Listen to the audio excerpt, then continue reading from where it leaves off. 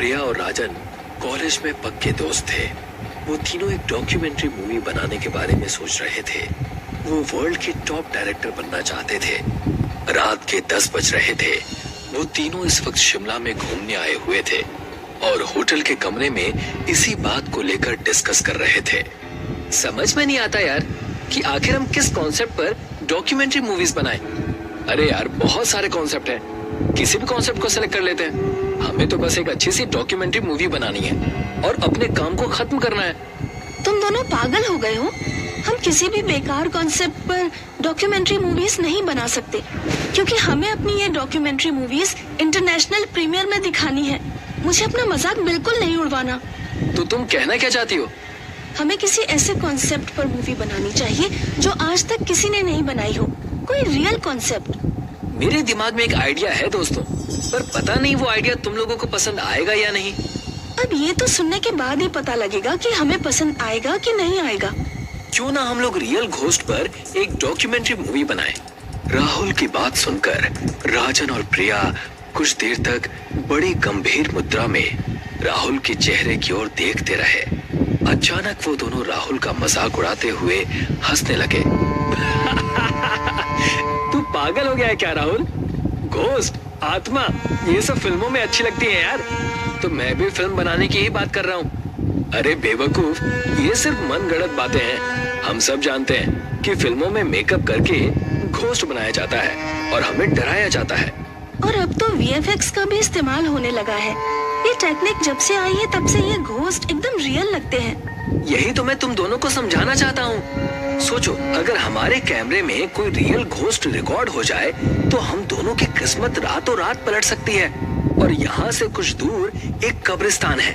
कहते हैं कि उस कब्रिस्तान में सिर्फ और सिर्फ लावारिस लाशें ही दफनाई जाती हैं। उस कब्रिस्तान के बारे में ये बात प्रसिद्ध है कि वहाँ एक डायन रहती है और कहते हैं कि जो भी उस डायन को अपनी आंखों से देख लेता है वो उसे जिंदा नहीं छोड़ती। दोस्तों, मुझे नहीं पता कि इस बात में कितनी सच्चाई है, पर मेरा दिल कहता है कि वहाँ पर कुछ तो है। वो सब उस कब्रिस्तान पर जाने के लिए राजी हो गए। वो तीनों दोस्त होटल के रूम से बाहर निकल आए। बाहर सर्दी बहुत ज्यादा थी। हाड़ कंपा देने वाली ठंडी शीतलहर चल रही थी। हल्की हल्की बर्फबारी भी हो रही थी। वो तीनों एक कार के अंदर बैठ गए। राहुल ने ड्राइविंग सीट संभाल ली और उसने अपनी कार की दिशा उस कब्रिस्तान की ओर कर ली।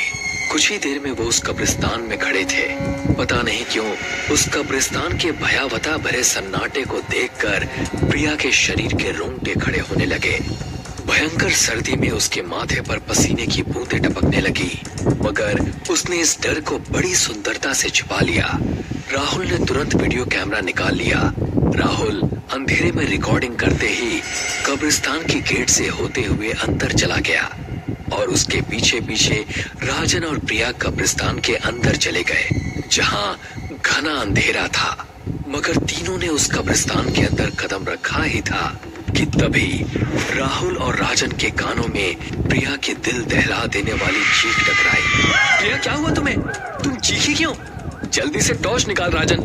राजन ने तुरंत अपनी टॉर्च निकालकर जला दी, मगर उसने देखा कि प्रिया उसके सामने खड़ी हुई उन दोनों को सवालिया नजरों से देख रही थी। तुम चीखी क्यों? मैं तो बिल्कुल नहीं चीखी, बल्कि मैं तो खुद हैरान हूँ कि मुझे मेरी चीख क्यों नहीं सुनाई दी। मुझे लगता है कि यहाँ कुछ तो गड़बड़ है। एक तो हमें यहाँ पर खुद लेकर आया और ऊपर से आप बोल रहा है कि कुछ गड़बड़ है। तू सिर्फ रिकॉर्डिंग कर। अपने दोस्तों के कहने पर राहुल कब्रिस्तान के अंधेरे में शूट करने लगा। कुछ देर बाद राहुल ने अपने दोस्तों से कहा, ठीक है दोस्तों, चलते हैं। अब तो कंप्यूटर में देख कर ही पता चलेगा कि कैमरे में क्या रिकॉर्ड हुआ है। तीनों अपनी कार में बैठ गए। राहुल के चेहरे पर थकान झलक रही थी। क्या हुआ राहुल, तेरे चेहरे पर थकान कैसी? पता नहीं क्यों यार, जब से कब्रिस्तान से बाहर निकला हूँ मुझे ऐसा लग रहा है जैसे मेरे कंधे भारी से हो रहे हैं। कुछ ऐसा ही मुझे भी महसूस हो रहा है यार, लेकिन मैंने तुझे इसलिए नहीं बताया कि कहीं तो मेरी बात का मजाक ना उड़ाए। प्रिया, क्या तुम्हें भी ऐसा महसूस हो रहा है? मुझे ऐसा कुछ भी महसूस नहीं हो रहा। राहुल ने तेजी से कार अपने होटल की ओर दौड़ा दी। होटल के रूम में पहुंचकर राहुल अपने लैपटॉप से अपने कैमरे पर की हुई रिकॉर्डिंग देखने लगा। अचानक राहुल के मुंह से दर्द की वजह से हल्की सी चीख निकल गई। क्या हुआ? पता नहीं यार, बहुत सा बोझ महसूस हो रहा है, मानो किसी ने बहुत सारा वेट मेरे कंधों पर रख दिया है। अजीब बात है, कार के अंदर मुझे भी ऐसा ही महसूस हो रहा था, लेकिन अब मुझे बिल्कुल सही महसूस हो रहा है। टेंशन मत ले, मेरे पास पैरासिटामोल रखी हुई है, उसे खाकर सो जाना, तुझे आराम मिल जाएगा। लेकिन सबसे पहले रिकॉर्डिंग को देख लेना चाहिए। होटल रूम में आते ही प्रिया बाथरूम में चली गई। राहुल और राजन ने लैपटॉप की स्क्रीन पर नजरें गड़ा ली। तभी उन दोनों को लैपटॉप में कुछ ऐसा दिखा कि उन दोनों के गले से डर के कारण एक जोरदार चीख निकल गई।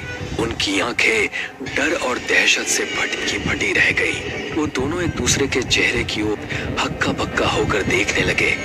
दरअसल उन दोनों ने देखा कि जैसे ही वो कब्रिस्तान में एंटर हुए, एक बेहद भयानक दिखने वाली स्त्री प्रिया को अपने पंजों में उड़ाकर ले गई।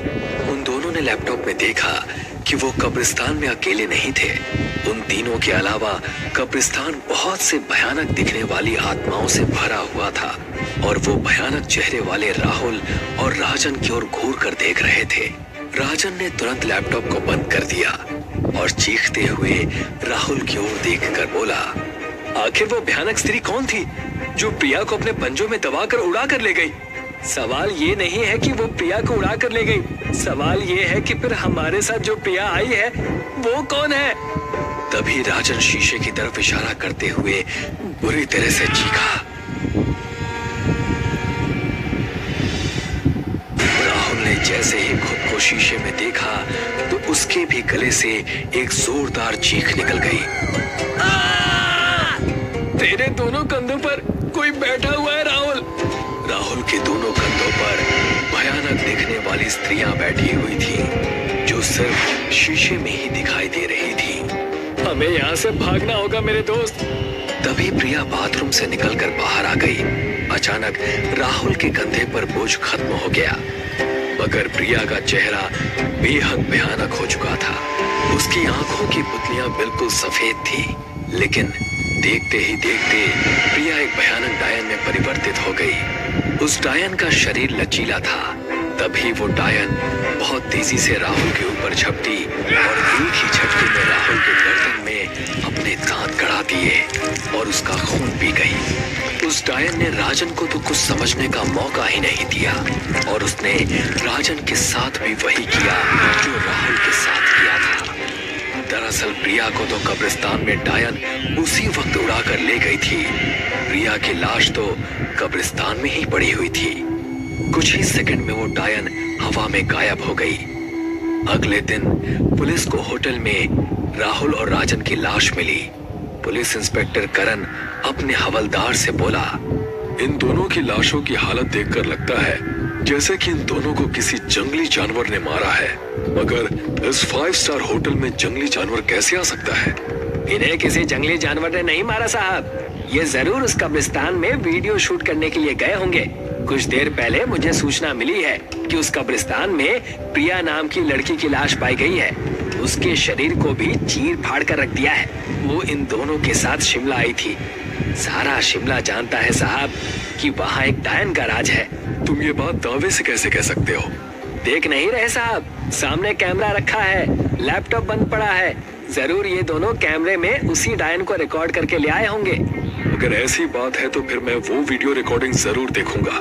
ऐसी गलती मत करना साहब, नहीं तो आज की रात तुम्हारी भी आखिरी रात होगी, क्योंकि वहाँ कुछ तो है।